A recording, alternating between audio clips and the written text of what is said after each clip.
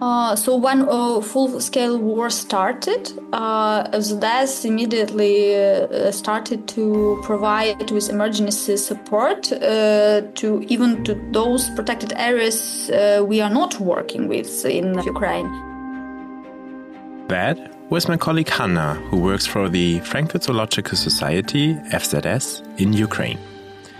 On February 24th, 2025, it had been 3 years since Russia launched its war against Ukraine.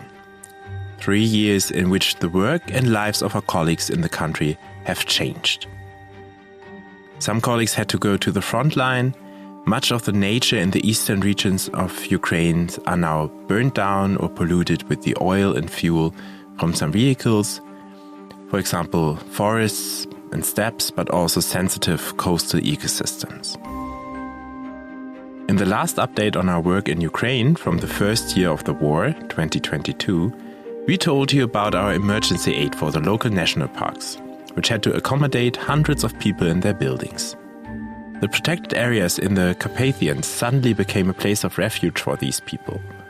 Our focus was on providing accommodation and equipping the park with the most basic necessities, such as beds and mattresses, food and medicine. A lot has happened since then, and today we would like to introduce you to 3 colleagues who are sharing their personal experience of the new reality in their own country. And we learn about the strength and confidence with which the Ukrainian team is facing the ever-new challenges. My name is Marco Dinter, and you're listening to Hinter dem Zoo geht's weiter.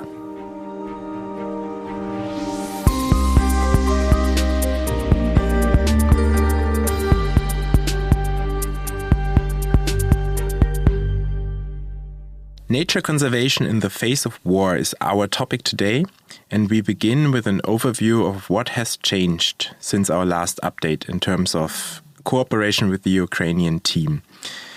That's why I'm sitting here in my podcast studio with Brombacher, with whom I've already spoken twice about the situation of our projects in Ukraine, and who is, as you might know already, head of our FZS Europe department. Traveling to Ukraine regularly himself, and I'm very happy to have him here. Hi, Michael. Hi, Marco. Michael, this is the 3rd anniversary of the start of the Russian war of aggression against Ukraine, and there's still no end in sight. The war has now become a terrible new reality in a country that is also close to your heart. You are still spending a lot of time there. You're traveling to Ukraine all the time. Can you give our listeners an insight in what has changed in our cooperation with the Ukrainian team? Yes, a lot has changed. So FZS has been working since 20 years in Ukraine, and we were supporting protected areas in the west of the country, in Police and the Carpathians. And when the invasion started in February 2022, suddenly we were in an emergency mode, and we received a lot of requests for urgent help because people were trying to seek shelter in protected areas in the west of the country, but also near the front line, where protected areas provided some safe space for them. So we provided a lot of emergency goods, beds, mattresses, food, medicine, firefighting gear for parks who had suddenly to deal with a lot of wildfires in the forests or in the grasslands or in the shorelines. So there was 1 year of everyday reacting to emergency requests with a small team, a lot of stress for the whole team, psychological stress, of course, as well. This is what I updated you about in the last podcast. I think that was in 2023, 1 year after the invasion. And since then, the situation has changed a bit. So the people that literally stayed in the offices of national parks, in the visitor centers, and were sleeping there, they have gradually moved out. They moved to relatives or back to their home places until they decided, yes, it's relatively safe there. There is not a safe place in Ukraine because there's attacks all over the country, but they still decided to move back. so the national parks could return to more or less the normal business. And we are supporting them with that. As I said, you're traveling quite regularly to Ukraine. Can you take us with us for that? Like, how difficult is it to get in a country in the middle of a war? Like, isn't that completely A, difficult, and B, dangerous for you as well? So you can get there. Of course, you cannot fly, as it was possible before the invasion, but you can get there by train. I did this before the invasion because it's a more environmental friendly way to go there. So I either take a train via Berlin, and then from Berlin I continue to the border town of Przemysl. And this is the gate into Ukraine, which everybody or most of the people take when they want to visit Kiev, for instance. So then you change the train and get on to into the Ukrainian train to Lviv, which is 1 hour away from Przemysl, and there is our office. So the travel is not so difficult. I can also fly to Krakow and then take a train to Przemysl. So that's possible. Takes a longer time. And in the country, yes, it's dangerous. If you are in the cities, there's regular air alarms, in particular, of course, in Kiev, where I also have to be sometimes. And in this case, you have to go to the shelter. And that's what I do, because that can be risky. You said it's a personal risk for yourself as well. If you are in the Ukraine, of course, it's a financial risk for FZS as well. Why is FZS still supporting these protected areas in a country which is under attack all the time? Of course, the priority of Ukraine is to defend the country, and that's understandable. At the same time, as you said before, we are in the 3rd year, and we never would have imagined that this war, this horrible war, continues for such a long time.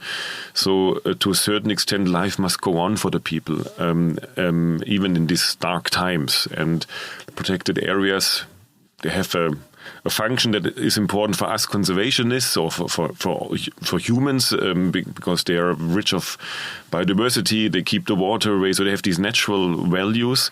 But they are even more important since the invasion, because it's the only place where families in Ukraine, because they cannot leave the country, fathers, husbands cannot leave the country in most cases. So the Carpathians provide a safe space to recover from the tragedy of war, from the horror of the irregular air alarms. So people recover in beautiful, quiet and silent nature. And this function will continue after the war. It's also important for children to take a break from regular air alarms, where they can, in most cases, not sleep. So the Carpathians provide this safe space. And this part of society, this part of Ukraine also must function, and that's what we support. And how are we specifically supporting these projects now? So we as I said before, we stopped with the emergency support of the first years, where we also provided this kind of help for more than 30 parks. Now we are back to the Carpathians and Polesia. These were our project areas since 20 years. And so we support the parks in their regular work, yes, the daily work of the rangers, the daily work of the administration even. So we provide monthly running costs, we provide fuel, we repair the printer if it's broken in the office. If the roof is leaking, we fix the roof, and we insulate park buildings so the park can save energy costs. So that's what we do to maintain the operations of the park. We provide equipment, cars, and so on, all what they need. At the same time, the more technical work also continues. So we are engaged in developing management plans for the parks, which is the strategy of their operations for the next years. And we need to adjust together with the parks and the communities this strategy to the difficult times we are in right now, with less money, with more pressure on the forests and so on. As you said, it's difficult times. I did a lot of podcast interviews already about FZS work, and it seems a bit like standing by our partners in those difficult times is a bit of FZS DNA, if you will. Is that true? It's true, and that's really special about FZS. So we are not running away in case of a crisis. We stand with our partners. We go through thick and thin in difficult times, and so we did in Ukraine from the first hour of this invasion. We tried to support. And there's a famous quote of Bernhard Cimic, who was the Frankfurt Zoo director, and he re-established FZS as a conservation organization in the 1950s, and he was running the conservation work of FZS at that time. So he went to Uganda in the late 70s, to Kidepo Valley National Park, and where he was supporting the park. He discussed with the wardens, with the director, the kind of support. After successful meetings, he left.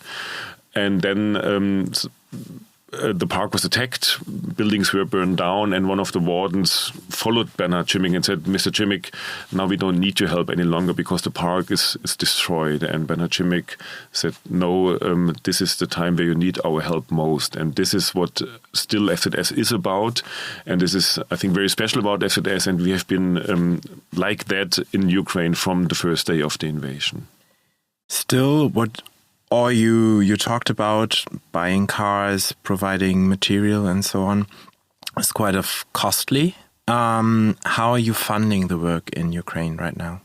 So, of course, we are dependent on additional funding. We cannot fund all these big operations. We are supporting 20 parks right now. That's huge. So that's not possible with our own resources. We are dependent on governmental funding. We receive grants from the German government, from the Ministry of Environment, and from the Ministry of Economic Development.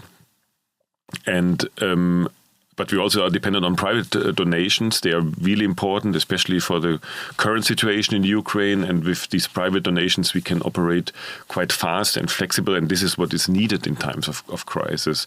So, yeah, it's a mix, and the private donations are really important to us.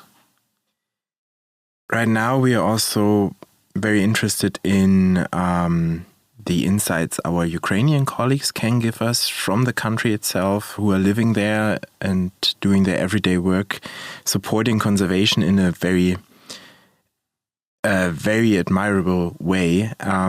This is what I'm going to talk about now with two of my colleagues from Ukraine, and I'm very happy and thankful for this interview so far. Thank you, Michael. Thank you, Marco.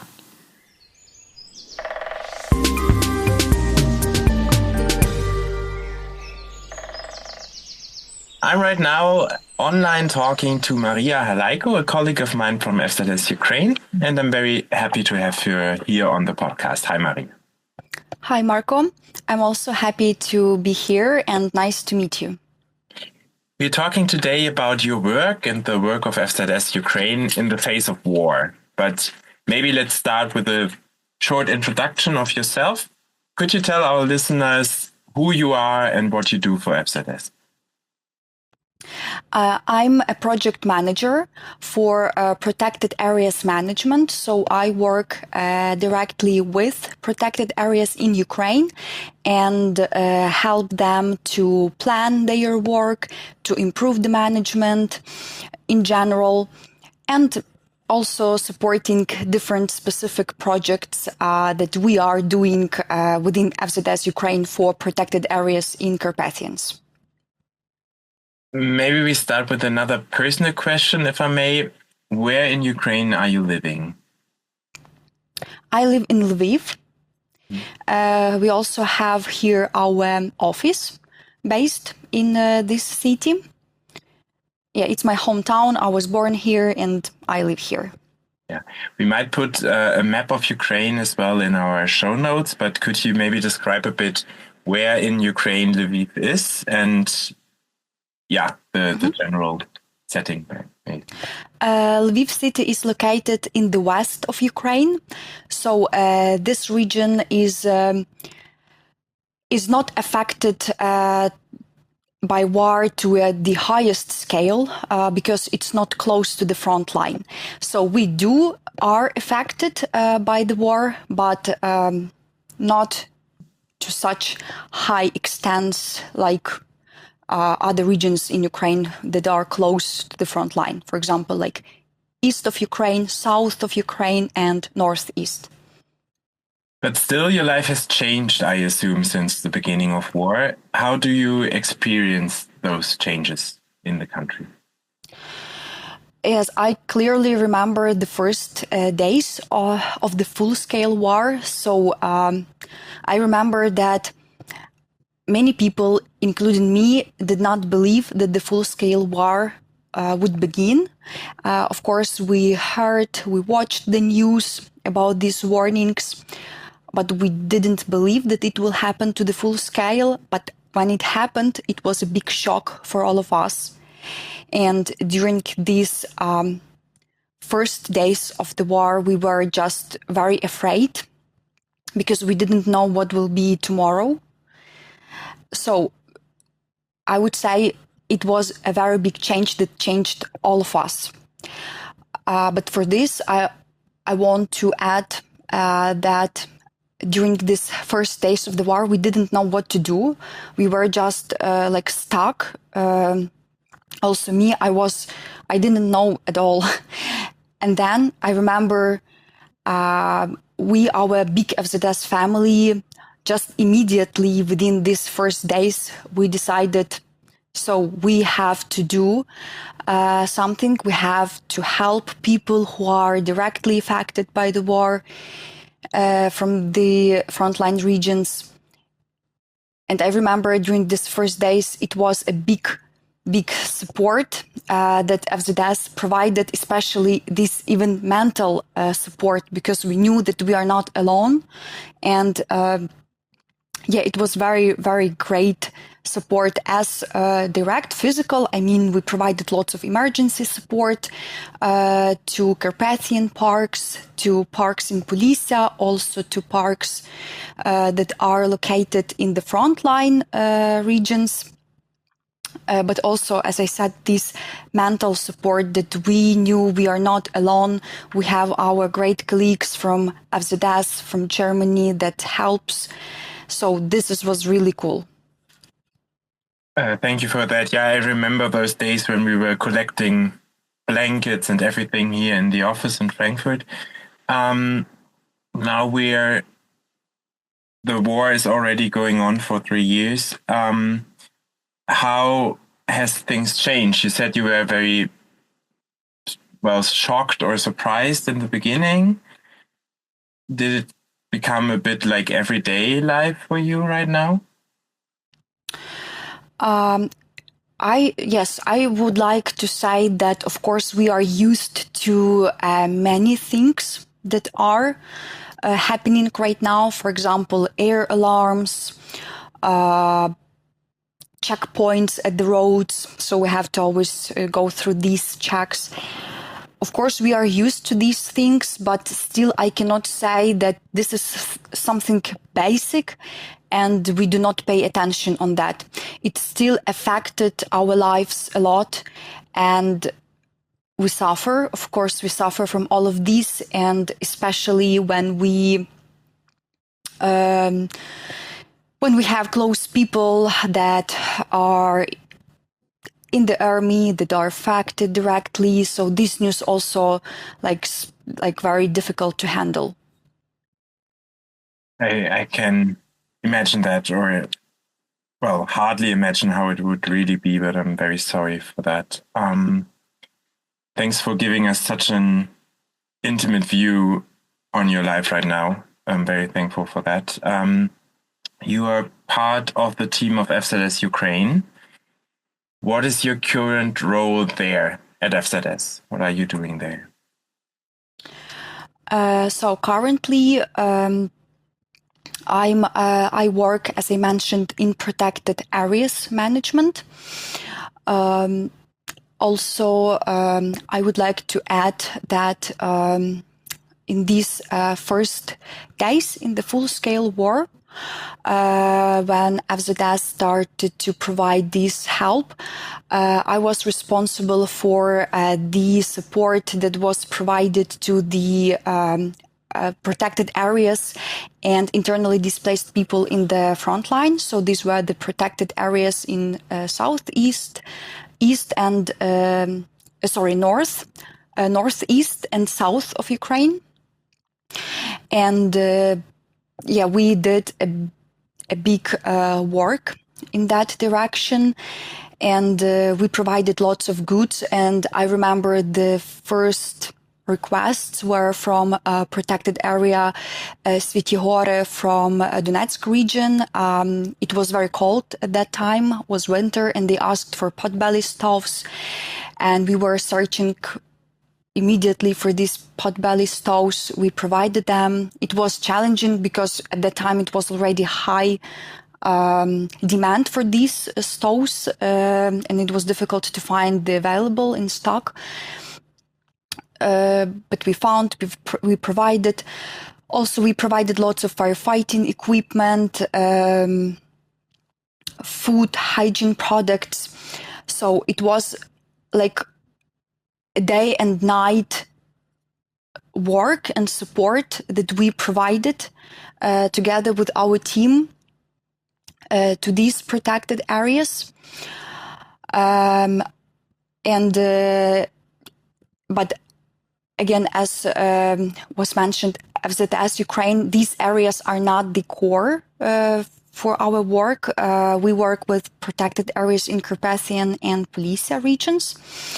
So after such a high and intense support that we provided to these highly affected by the war protected areas, we started to work again, like with Carpathians parks, as we did it before.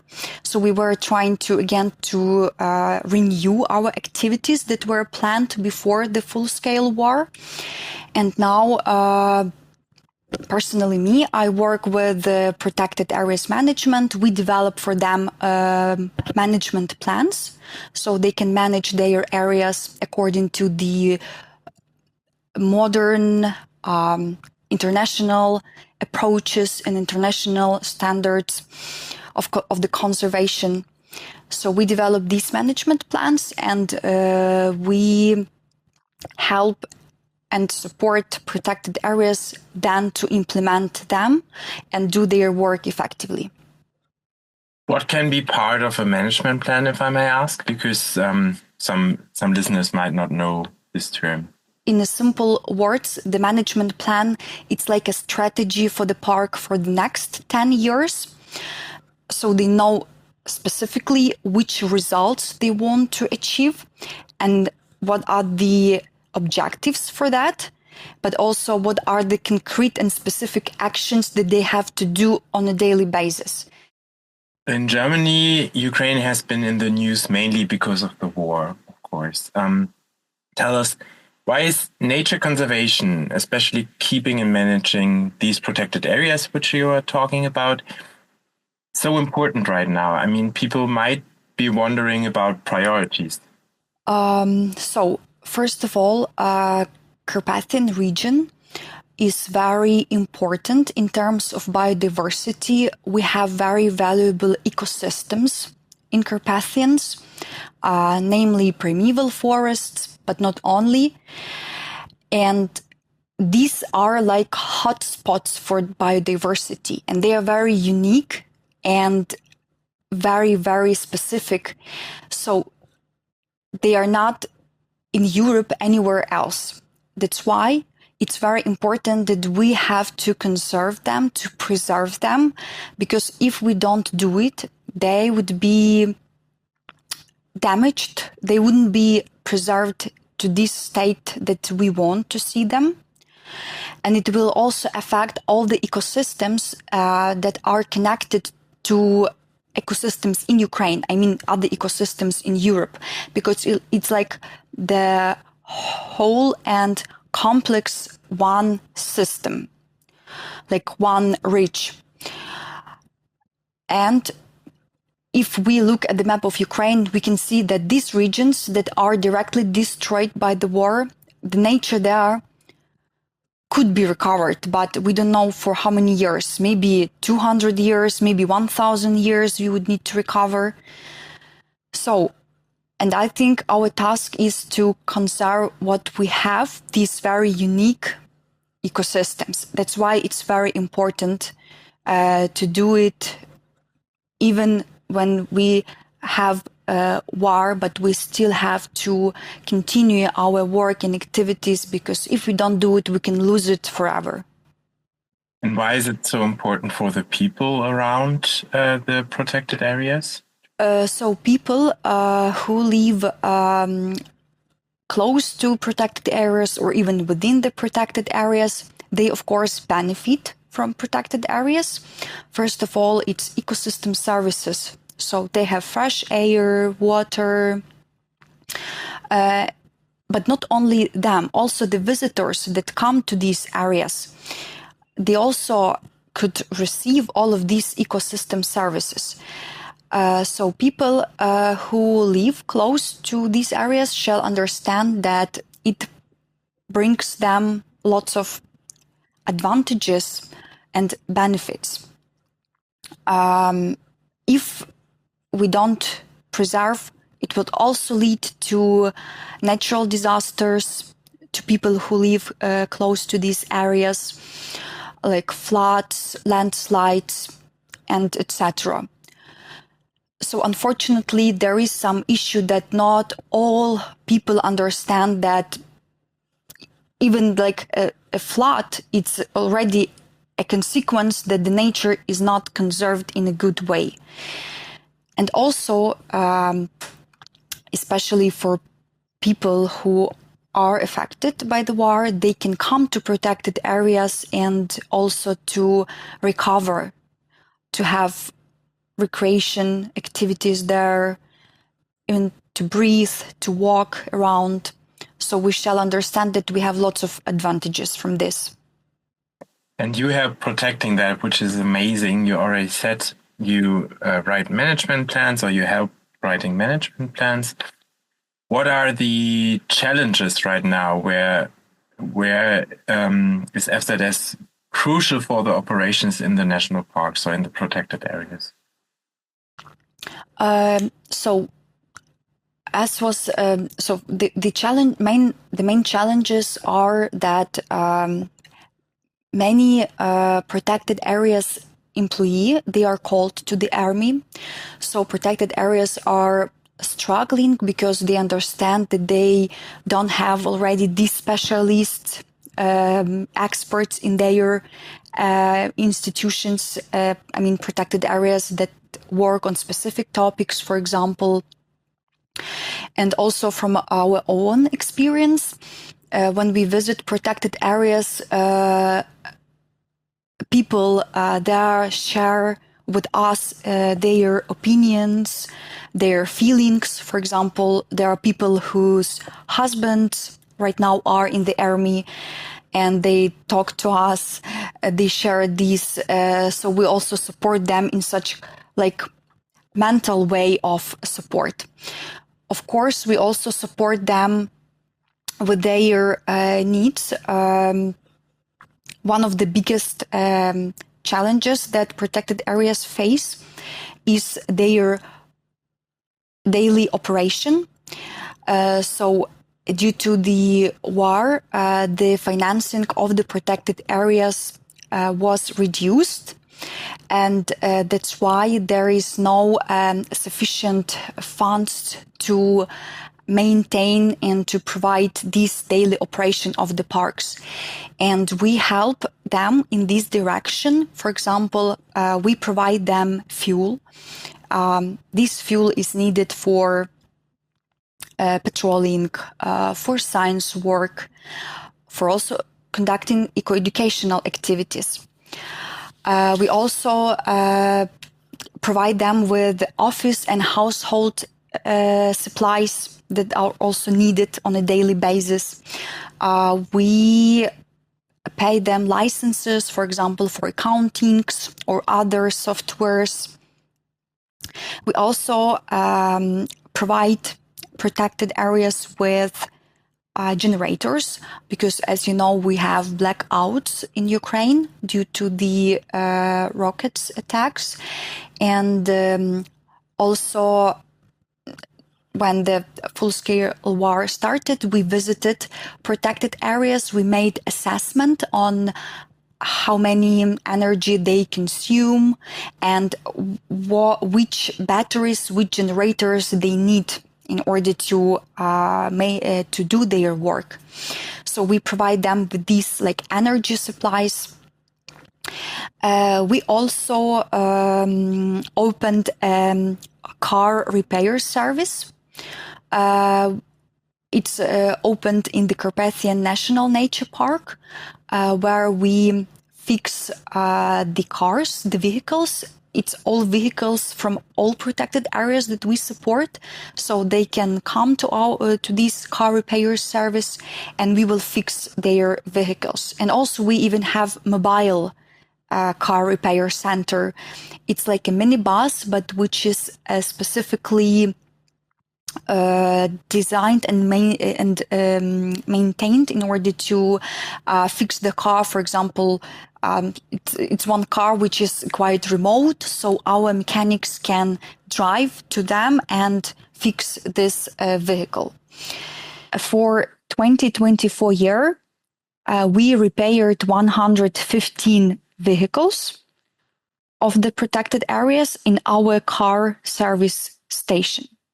So that's a big number, and we are happy that we could help parks with their different vehicles, motorbikes, different types of cars, and they can use them continuously and do their daily tasks. Also, what is very important for daily basis, we help protected areas to renovate their buildings. So we repair their administrative buildings. We would even build a completely new administrative building for one of the parks. It's Ужанский National Nature Park.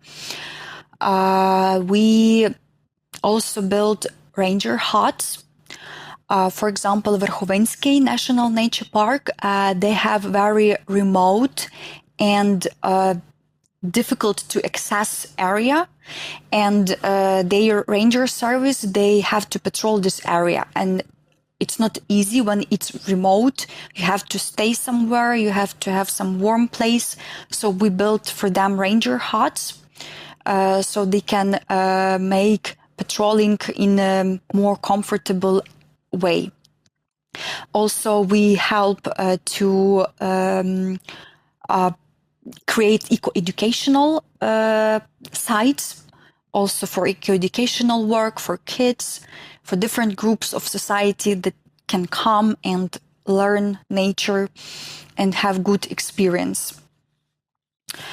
Also, we provide to the parks equipment. This equipment, it's also very important for them for their daily work. For example, we provided Toyota pickups.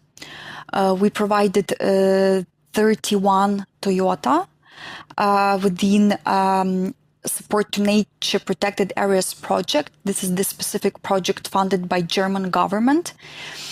And also within this project, we provided Dusters, Renault Dusters, 11 cars of such, and also 71 motorbikes, specifically for rough terrain. And this year, we provided another 5 Toyotas to protected areas, also pickups, and also 10 motorbikes and 1 Duster. So these vehicles are also very important to make patrolling, also science work. And so the park are able to do this work. Together with these vehicles, we provide another equipment. It's like equipment to monitor biodiversity.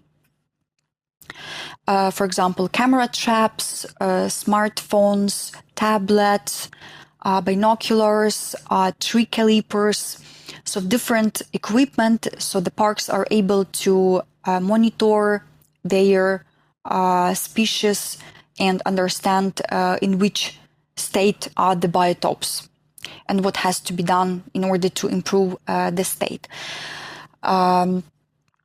We also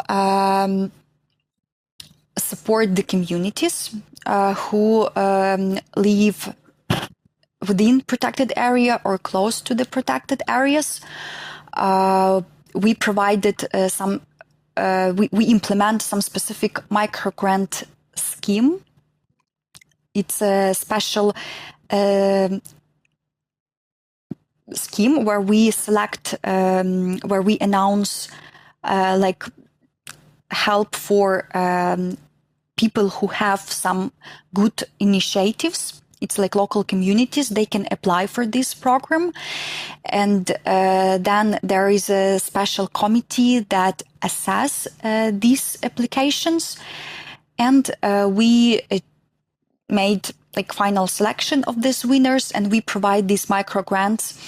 And the aim of this program is to establish and strengthen a better cooperation between local communities and the protected areas.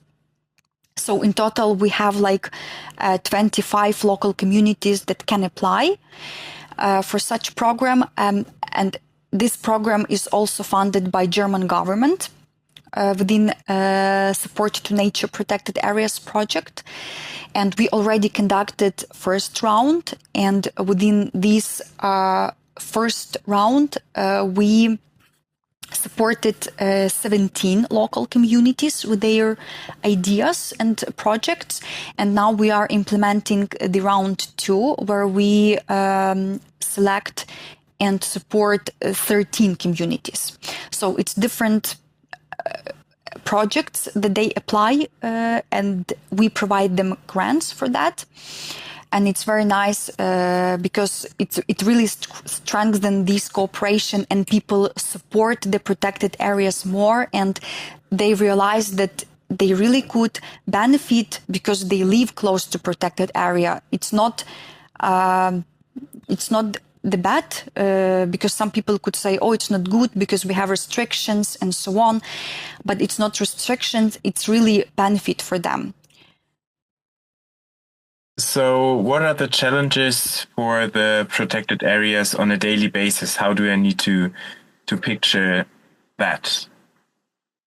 So the protected areas which have state border with Poland, Slovakia, or Hungary, for example, these areas that are directly on the border, protected areas have limited access to these areas. For example, they cannot access them as it was before the war easily. They need to get a special permit, and then with these permits, they can access the area. I think it's a challenge. It's a challenge for them because it complicates their daily work to patrol or to conduct some scientific activities on these areas. But also it complicates work for us because we also need to get these permits. In order to access these areas, we need to get them from the state border control. Of course, we understand it's needed because our state border, they control this area, and this is necessarily. But this is one of the things that really changed and affected the work on a daily basis. Also, for example, the drone usage. Drones are strictly forbidden to use. As for the protected areas, as for us, also for our organization, so only some very specific or urgent cases where you can officially apply and state services can allow you to use this equipment. So this, what I would say, changed the work that we can see. But again, we continue on that. We have these permits, we get them permanently. So we still work Maybe on a more personal level, is it difficult to stay motivated to keep on working in those areas that might be destroyed by the war eventually? So we understand all the risks. Of course, we don't know what can be tomorrow, but I would say that our FZS Ukraine team is highly motivated, but also the protected areas, they are also motivated because we all have a very strong belief that the war will end soon, and after this would be a great development of our country. So we understand that we would need to do a lot, and we already have to start to do it right now. That's why we are motivated, because we do want these changes in Ukraine, and specifically in Ukrainian Carpathians that we work in. So we do want these changes. That's why we are motivated, because we do want them. We are not afraid of that they would be damaged or destroyed. We don't think of that, and we don't think it will ever happen. As I mentioned, yes, protected areas in the east and south of Ukraine and northeast, they are already damaged, unfortunately. But for Carpathians, I think this is the challenge for us. This is the opportunity. This is what we have to do. We have to work, we have to continue our work, and we have to preserve nature there. Thank you. Can you maybe once more on a personal level tell me what FZS plays, which role FZS plays for you personally? You already said it was a big supporter and a big help in the beginning of the actual war. Maybe you can say a few words about that as well. Mm-hmm. Yes, as I mentioned, I received lots of support from FZS, and I feel from the first days of the full-scale war that I'm not alone. I received lots of messages from colleagues from Germany, from FZS, where they said, we will support you, just tell us what you need, what we can do, we will do everything. So this support really helps, because otherwise it would be very difficult to cope if you don't feel that you are supported to such a high level. And it's like, as I mentioned, it's a big FZS family. We help each other, we support, and what's also great, that we support others. Yes, other parks, even through whole Ukraine, we had such possibility to support them. So I think this such a strong interaction, that we support each other within our organization, but also we support people outside. And this is great. This is a great example of how you can provide support. Thank you very much for your time and this very interesting interview, which might have not been easy at all times, but I think you gave us a lot of very interesting insights. Thank you, Maureen. Thank you.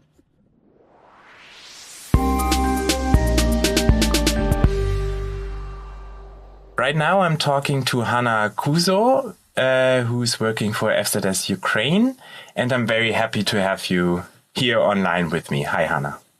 Hi. We are talking today about the work of the FZS Ukraine and the work of you in the face of war.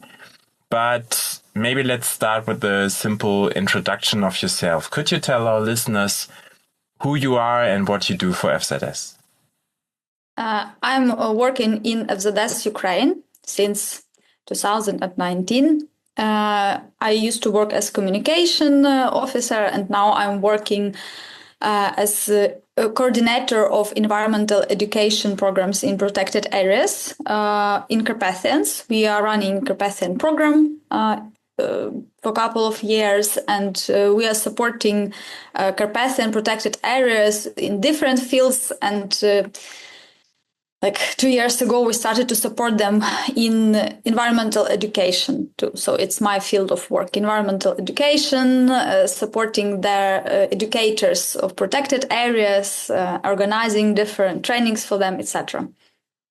We will go into depth with that a bit later. Right now, I would like to ask you a bit of a personal question. Where are you living in Ukraine? Where are you located right now? I'm located almost in Lviv. Lviv is a city where our office is established in Ukraine, and it's in western part of Ukraine. I live near Lviv city, in village, in outskirts, but I tell everyone that I live in Lviv. Sometimes easier that way, I guess. Yeah, easier. People know where that is. And how has your life been affected by the war? How has it changed in your everyday life? Like immediately when when full-scale war started, it changed, of course, drastically. So I need to mention that Russian aggression against Ukraine started since 2014, but that was not as like full scale. So for me personally, that period since 2014 to 2022 was not so stressful. Like we were fine here in western part of Ukraine, but in 2022 it was full scale invasion, and there was definitely it didn't look like just only one corner of Ukraine is being affected. We all the all territory was being shelled, and my sister, who was living in Kyiv at that moment with her family, was there, and we were worrying about them because like Russians tried to occupy Kyiv in 3 days, as they said, and these first weeks were very dangerous and also I have many friends in Kyiv, but not only in Kyiv, but also in western and southern parts of Ukraine. So for them, it was extremely dangerous for some of them. Here in Lviv, so first weeks were still not safe, and we were super stressed, of course. We didn't know what will happen and what to do. And I live in a big house outside of Lviv city, and we have plenty of space. So we immediately told our friends, relatives to come if they need to leave Kyiv or other cities. So for first 3 or 4 months, there were a lot of people living in my place. From first, I think on the second day, my sister with her family came, and then our friends, and then for 3 other months, someone was living with us. And I'm very glad that it happened. So we were not alone with my family, my husband, my old grandma, who was still alive at that time. So many people the house was crowded, but it was very friendly and more optimistic vibe with many people. Everyone tried to help each other. So it was a very stressed period, but at the same time, we were very united, and it was very special time, I would say. And then a lot of different changes in our project started when we understood that it seems that we are surviving and we are continuing our work as organization in Ukraine. There were like a lot of different work started with the many protected areas, this emergency support, etc. So I became very busy after this first stressed, like the first period, the first maybe a few months of full-scale war. It was like so big stress that we like froze. It was like frozen period. You don't know what to do, if you need to work or not, what will happen next day. And then it was more adaptation period, and a lot of additional work appeared. So I felt more alive than, okay, life is going on. We are still living here and there are a lot of work to do. And on that period, I adopted dog from Kyiv region. And this dog, Alf, he is living with us now. Now we have 2 dogs. So I would say that it's also change in life. I had 1 dog, now I have 2 dogs, and this beautiful Swiss Shepherd who was abandoned by his former people. He lives with us now. So I don't know. It's like personal, emotional things. But I would say that period was very intense. And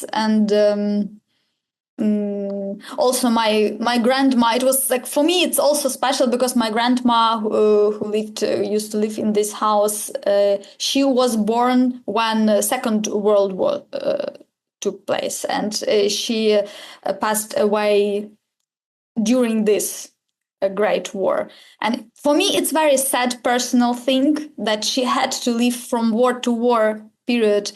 And she never felt in safety and peace. Unfortunately, all her life is connected. Her life, since she was born to her death, is connected with war, and it's very sad for me personally that it's happened.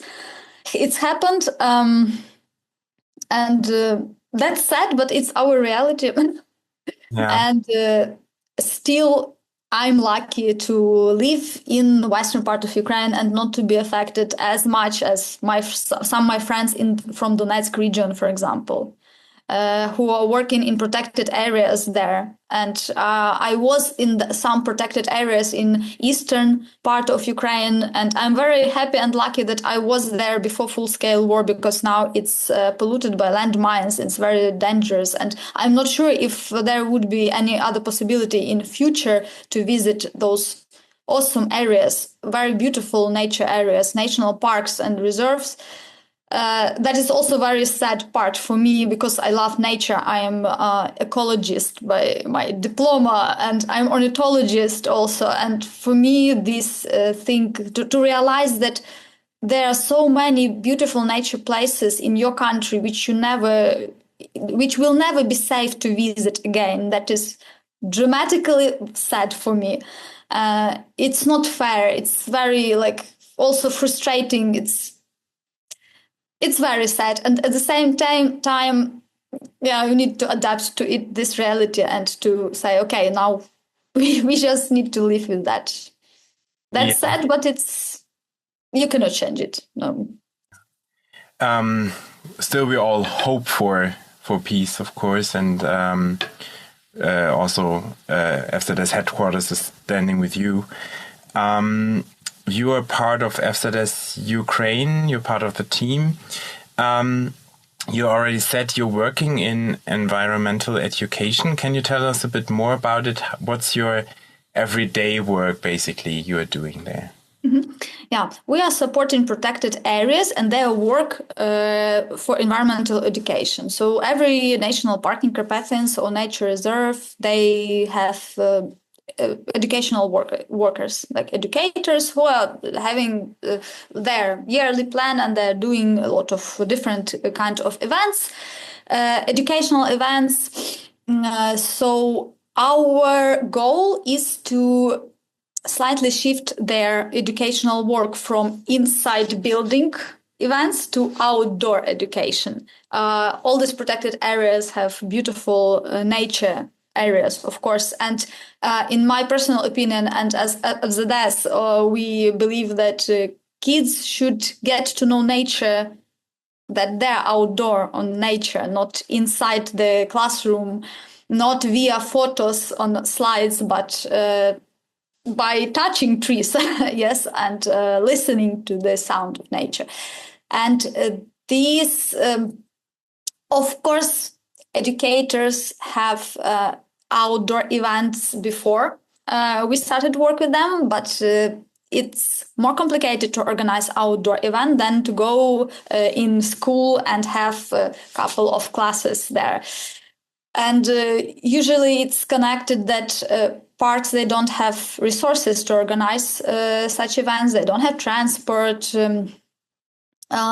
or other needed, like some equipment needed to do outdoor education.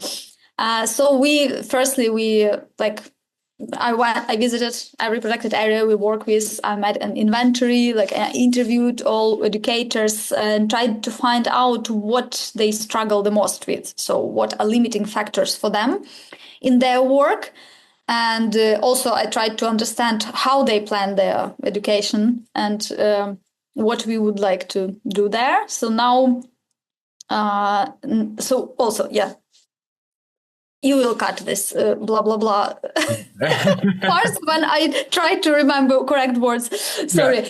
So what we are doing now, for 2 previous years, we were organizing different trainings for educators, and we tried to convince them, inspire them, support them in planning this and conducting these outdoor programs.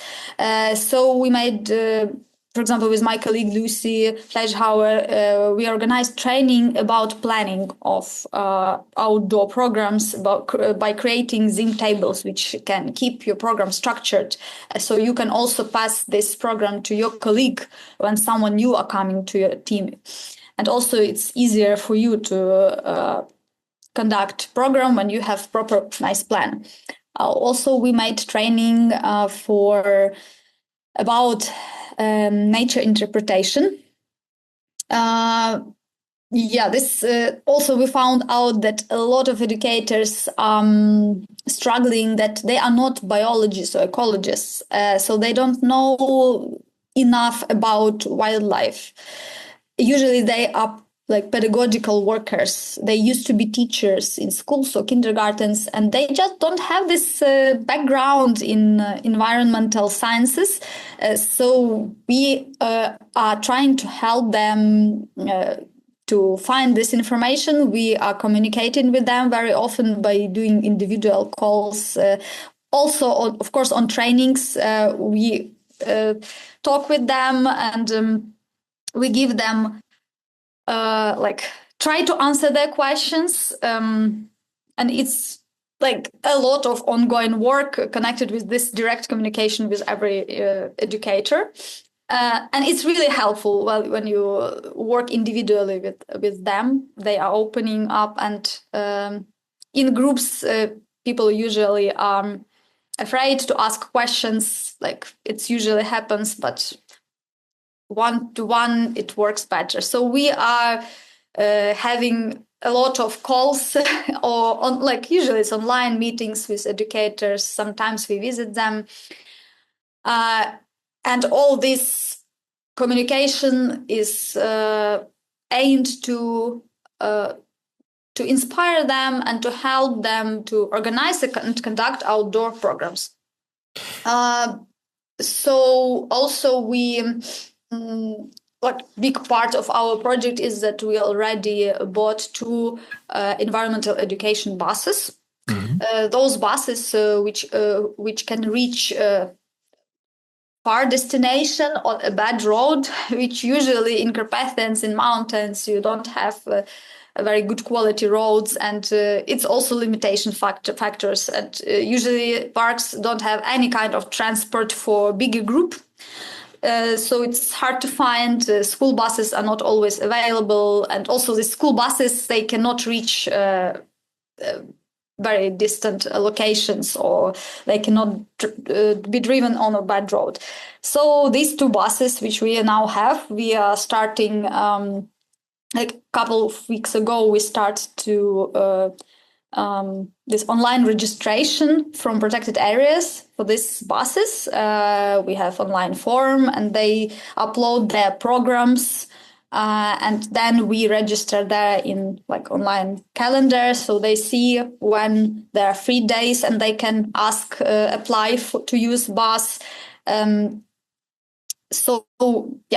Now they apply for buses, and these buses will start working from 15th March. So it's warm season, like we call it. Still can be quite cold in Carpathians and snowy, but in some parks it's fine, and you can start outdoor programs in March. And now our earliest registration is for 20th March.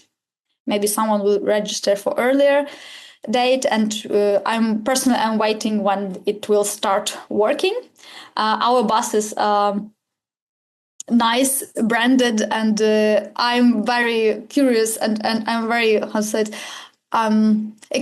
I'm very excited to wait until the buses will be very busy bringing kids in forest there. So yeah, this year should be very intense and very interesting.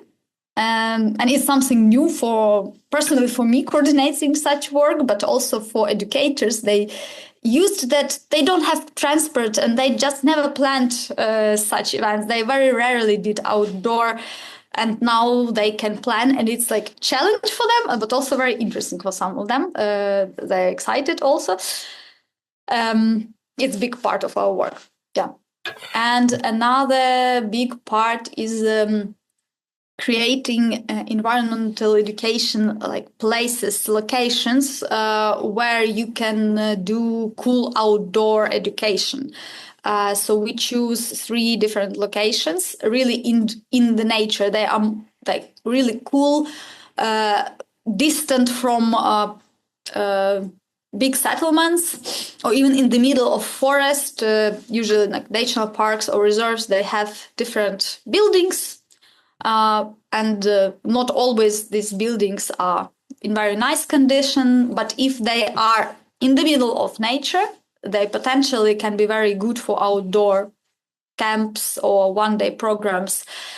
So we are working on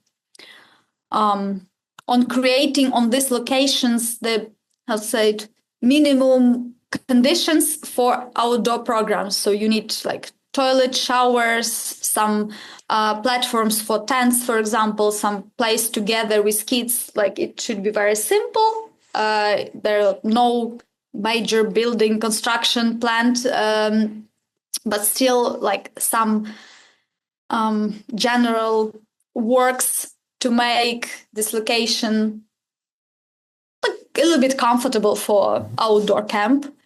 It's our goal, so that in future we have these parks have possibilities to launch camps, outdoor camps in tents. Some of parks already organize such camps, but not everyone have proper locations. So these additional new places for such camps will push like more outdoor camps in different parts of Carpathians. Also, it's a very big part of our work because it's connected with different construction things. And for me personally, it's also a new field. I used to be ornithologist when I was like when I started my career, and now I'm working like with different contractors. It's not I'm not used to it, but it's very interesting at the same time. And we are creating really something new, which never was there in Carpathians. So I'm very excited. So there would be much more outdoor programs, camps for kids in Carpathians, and I'm very happy about that. Are those programs only for kids, or who can participate in general? Our first aim are local kids, local communities who are within within protected areas we are working with. And the first target audience is they are local kids. We hope that in future, when educators of these protected areas will get used to perform these programs, they will propose it maybe for tourists, for visitors, for adults. But now they are only starting, and it's easier to work with kids who are always happy to hang out somewhere in nature and to do some activities. So now we are starting only. That sounds very good. Why do you think this education work is so important right now, especially right now? So education in general education work is important because it's forming like our society? our like society, or what are you looking? I mean the education is important everywhere because it creates type of personality you will be. I became interested in nature because someone brought me in nature and showed me birds when I was starting university, and I never saw birds in hand so close, and it's affected me so much that I became ornithologist. So someone should bring kids in nature and make this experience cool and emotional, so they will at least like nature. Maybe not become scientists. No, it's not. Maybe they will become businessman, local politician, or teacher in school, but they will love nature, and that is important. There, this emotional connection. So it's important in all times. Now, in the conditions of war in Ukraine, it's even more important. Why? Because when you spend time in nature and you are in this mode of researcher, you are not staring in your phone or just eating some sandwiches and thinking about your life and all these stressful things. But when you are doing something which is connected to nature, you are watching birds, you are looking for insects. So your brain is focused on something awesome, on something beautiful.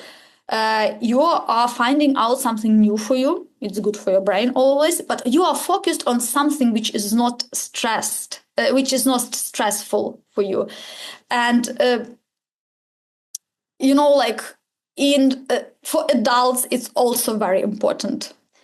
But also for kids, sometimes people think that the kids, they don't understand anything. But no, they understand from very early age what is happening, and they can be very anxious about it when they even don't know what they're anxious about, but they maybe don't know things, but they feel things. So this time in nature, this focusing on beauty of nature, on something amazing, something new in nature, this time is important for kids also, not only for adults. So this environmental education have another role, just to distract us from stress and to help us our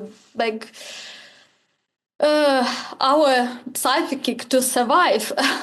Like for me, it's working as well as person, and I know many people who are trying to help themselves by walking in nature and watching birds, or I don't know, or just observing nature.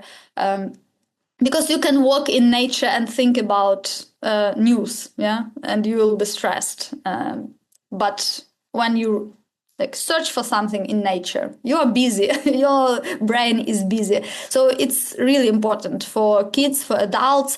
Also, there are children from families. For example, there are many families, and in Carpathian too, where parents, they are militaries, for example, they're on war, or maybe they died during war, and it's much harder than I can imagine.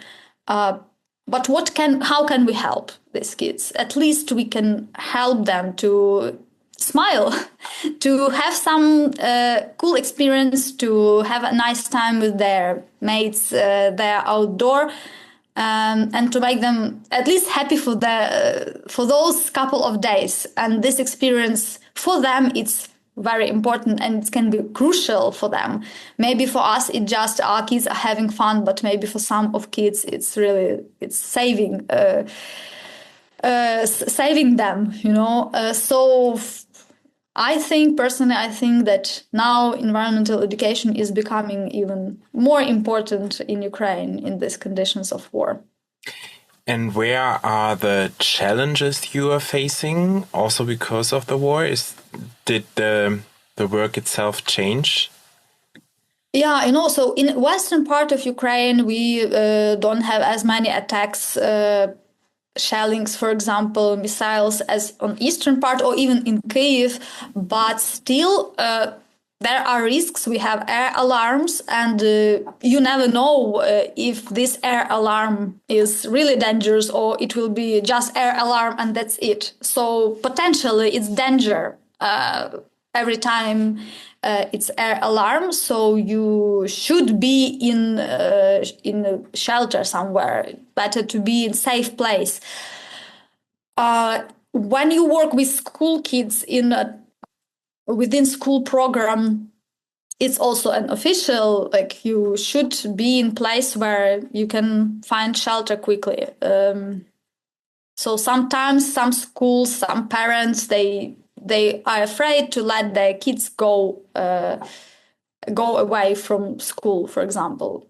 So in Western Ukraine, it's not a big problem, but you never know, so it's risk. So it's challenging. It's mostly it's mostly connected with bigger cities.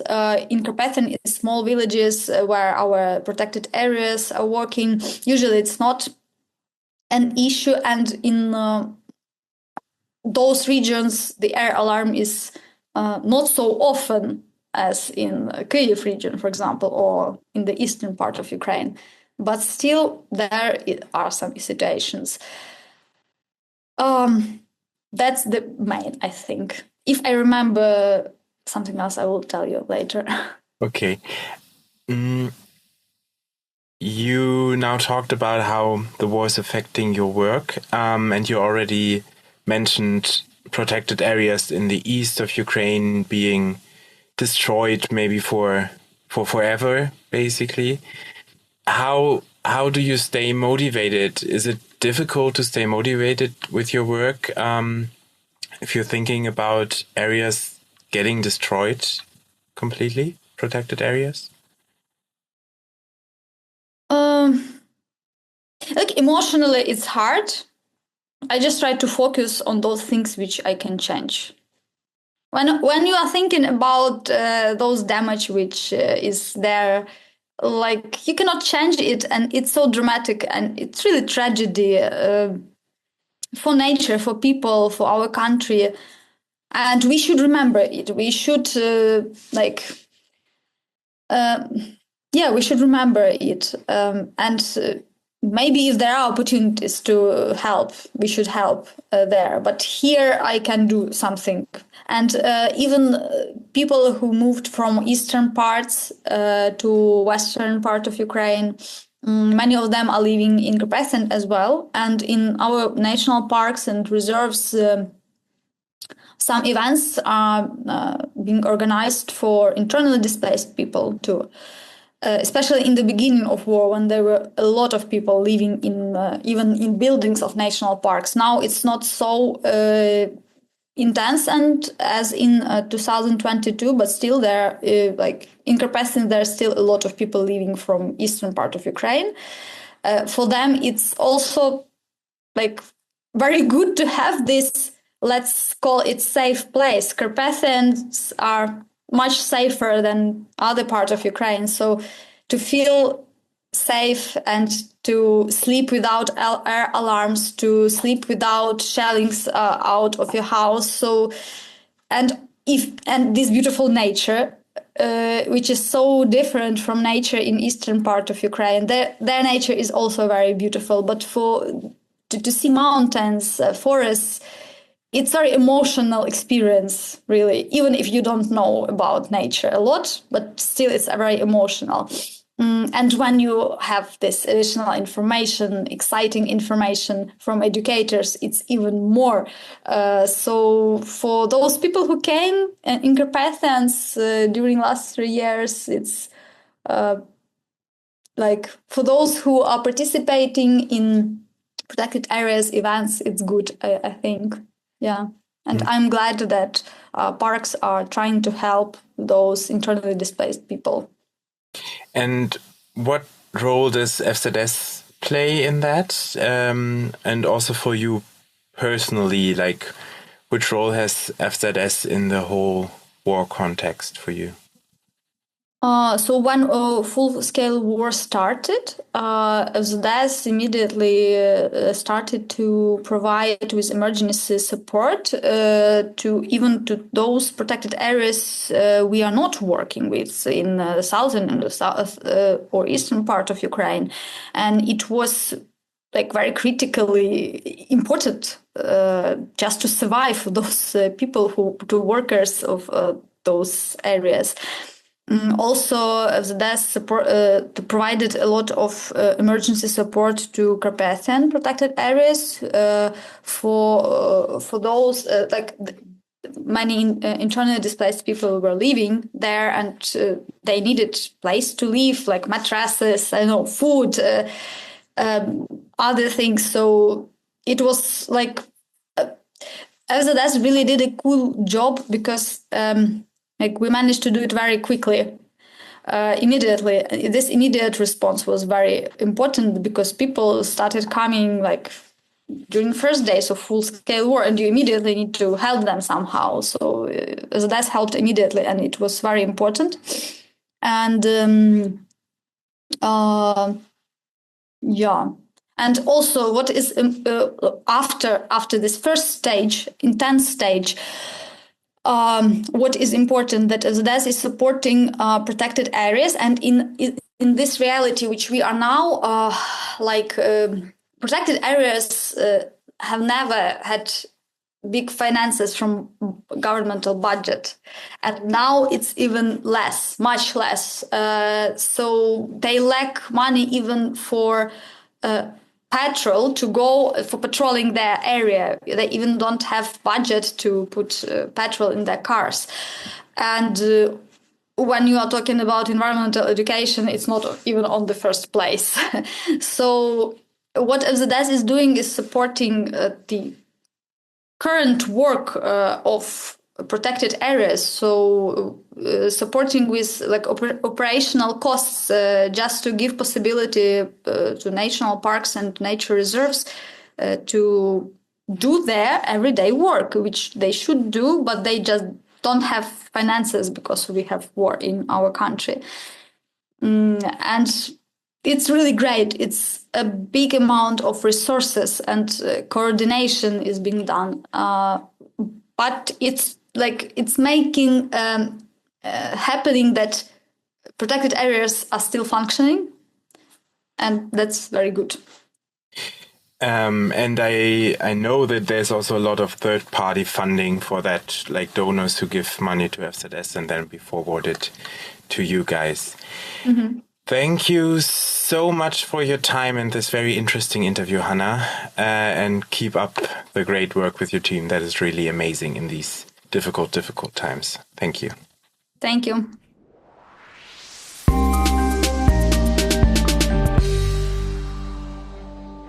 This episode I'll keep in mind for some time. I am more than thankful for these honest and personal interviews Maria, Hanna and Maike gave me, and for the great work that the FZS team is keeping up in the difficulties of a war. If you want to contribute to this work, FZS would be very happy to receive donations. With that, you can support the work of Hanna and Maria in Ukraine directly. You can find all the necessary information in the show notes and on the FZS homepage. My name is Marco Dinter, and you will hear me again on the next episode of Hinter dem Zoo geht's weiter.